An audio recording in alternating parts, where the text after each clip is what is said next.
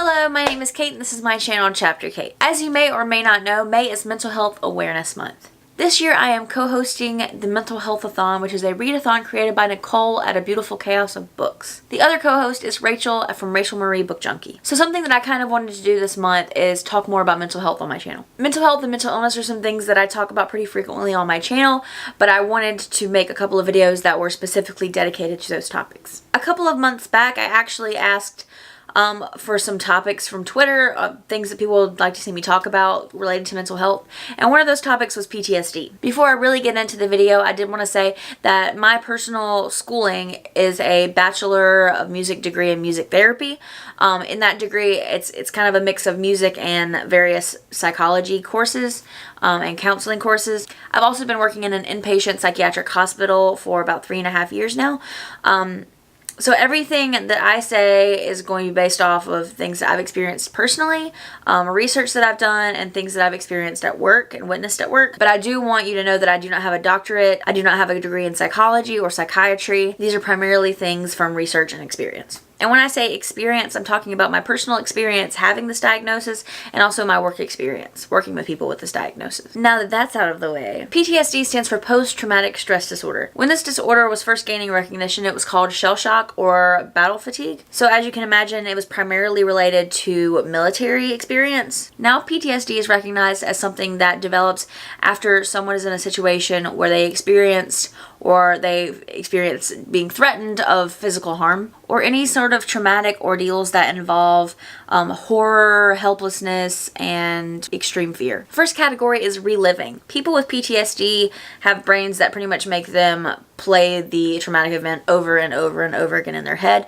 This sometimes is through hallucinations or nightmares or flashbacks, or even re-experiencing the same sensations or feelings that occurred during the traumatic event. The second category is avoiding. People with PTSD often avoid situations or environmental stressors that might remind them of a traumatic event or might make them re-experience things that related to the traumatic event. So for example, with reliving, I have a childhood trauma related to loud noises. So with avoiding, if someone had a very bad experience in high school, they might completely avoid looking at that high school, driving past that high school, even being in the same city as that high school, things like that. If someone was in a major car accident and has PTSD from that car accident, then they might not want to drive or might avoid riding with certain people. The next category is increased arousal. Now when people hear the word arousal, they often think of sex, and that is not what I'm talking about at all. I'm talking more about like hypersensitivity. This means that people with PTSD might be more sensitive to things like touch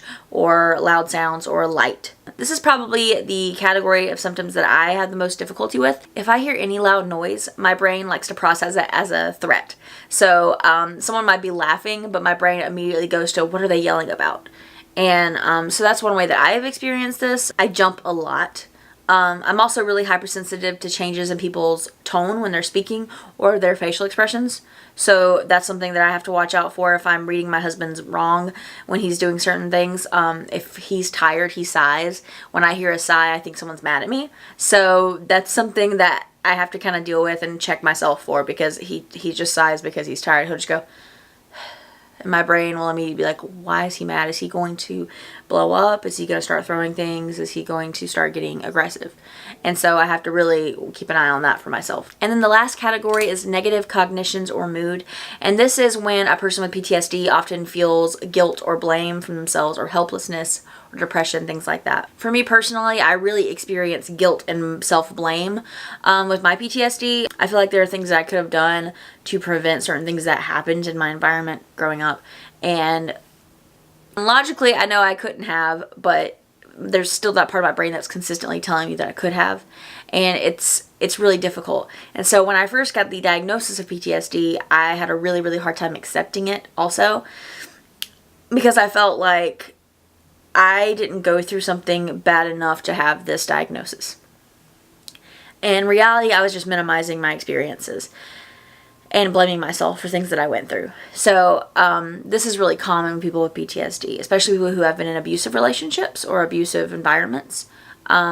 they will often think, oh, I did something to cause this, or this is who I am, this is part of my identity, and they'll keep going back to those situations.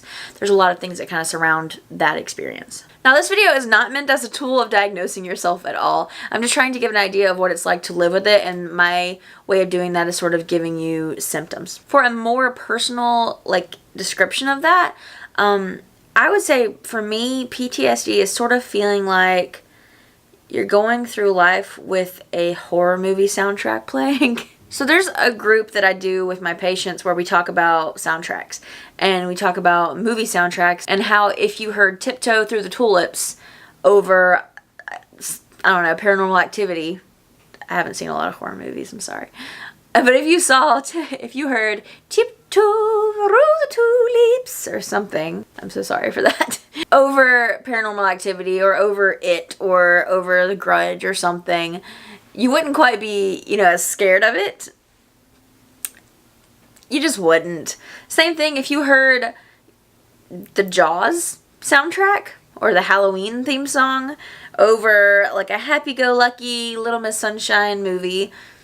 I don't know, then you're not going to feel the same way. Soundtracks sort of direct your perceptions. So I kind of tell them that some people have a certain soundtrack playing often. When you're in a certain mood, that mood is like your soundtrack. It tells you how to experience certain situations. If I'm in a depressed mood, then when I go outside and it's raining, I'm going to feel more depressed because I'm like, oh, of course it's raining now. If I'm in a good mood, I might go outside and be like, oh my gosh, it's raining, and then I might splash through the puddles. I don't know. But PTSD sort of feels like there's a horror movie soundtrack playing all the time. It's like I'm always expecting something bad to happen at any point. If I go to a restaurant, I immediately feel unsafe. I have to sit at a table where I can see the majority of the restaurant. I have to sit on the side where there's not a lot of people surrounding me, where there's not really many people behind me. I like to be able to see as much as I can, as possible. If I'm at a place where I'm surrounded by people, I dissociate. I'm just not there. I check out. Dissociating sort of feels like I'm just on autopilot, kind of. Someone else is operating me, and I'm just checked out. And I'll do that when I'm surrounded a lot of times, just because it's easier than feeling so on edge all the time. So that's kind of how I experience it. PTSD is not hopeless. It can be treated. The primary treatment for PTSD is like therapy, is talk therapy, talking through it. There's also EMDR therapy. There's also EMDR, which is eye movement desensitization and reprocessing, which is where you sit with someone, and which is where you sit with a therapist, and they either move like a light or like a pin, and you follow it with your eyes as you sort of reprocess what happened, what your trauma is, and that sort of desensitizes you to it because you're focused on one thing while you're processing it. I haven't been through that, but that's what I know about it. I've primarily processed through cognitive behavioral therapy, but it's still a work in progress. It's still something that I very much struggle with. Yes, I have bipolar disorder that impacts my whole life, but currently I have more difficulties with my PTSD than anything. My first experience with having like a panic attack because of a situation related to my trauma. I've had panic attacks prior to this, but my first one that was kind of related to a trigger that actually was reminiscent of my trauma was in college. Two people started arguing and I couldn't breathe all of a sudden, and that was kind of where it started. And sometimes that's how it works. Sometimes PTSD doesn't really show up until years after trauma. My trauma lasted for years. It wasn't one single event. It was several events. And this is also like a form of complex PTSD, which is when it's multiple events rather than one single thing. Like a car wreck might be one thing. Being in a tumultuous environment is different. It can affect you in such weird ways. Like I have PTSD, so I don't go shopping very often. So I have the same clothes that I'll wear over and over again. I don't like to go to restaurants because they're noisy, and there's, plate stacking, which sounds like really loud clanging sounds, and I can't do that. So I end up eating fast food often, which makes me gain weight, which makes my self-esteem go down. There's just a lot of things that happen. I don't go to the grocery store, so I don't have groceries, so I have to eat fast food. Like, there's so many things that you don't really think of it affecting that it does.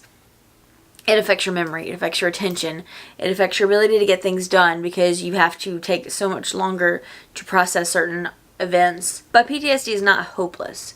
It's very rare that the symptoms completely go away, but you can learn to cope with the symptoms and lead a more meaningful life and a higher quality life. I'm every day learning to cope with my symptoms. A lot of my coping involves controlling my environment as much as possible. The issue with that is when I can't control my environment, it's very easy for me to regress and have a breakdown. I pretty much either control my environment or I give up on controlling my environment.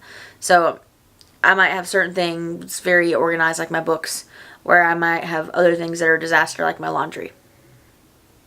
It's very much like either I can control it or I can't control it in that kind of way. I did want to make this video because it is Mental Health Awareness Month, and I do still hear people use the term PTSD pretty flippantly.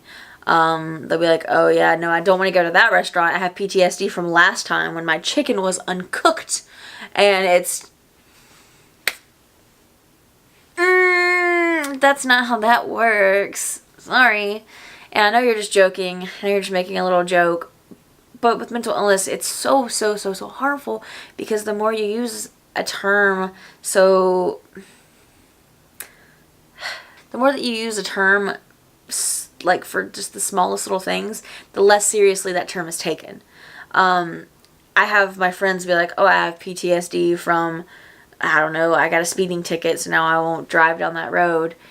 And I don't want to, devalue the feelings people have, when they've gone through something. Getting pulled over can be traumatic for some people, especially considering race relations and police brutality against black people. That can definitely be a triggering situation for some people. It's also not on me or anyone else to judge what actually can cause someone to have PTSD. The only reason that I bring those examples up is because these are people that don't have it. They just use the term, as a joke. It's important that we give these words the attention that they need, because otherwise the stigma that surrounds mental illness as just being in your head or not being real or things like that just increases and multiplies on itself. So that's why I wanted to talk about PTSD today. What a fun and sunshiny topic for this day. Sorry guys, but it's very real. It's something I live with every day of my life. But that is all for this video. If you would like me to talk about anything else involving PTSD or mental health or bipolar disorder, PTSD and bipolar disorder are the two mental illnesses that I have a diagnosis of. So if you want to ask me specifically about those, I can give you an own voices perspective. If you have any other questions about mental health or self-care or anything like that, leave them below. I'd be happy to make future videos because I do want to talk more about mental health on my channel. But that's all for this video. If you would like more of this junk, subscribe below. Bye! Tripping over shadows and I'm drowning in the night. I feel the soldiers coming, I'm done putting up a fight.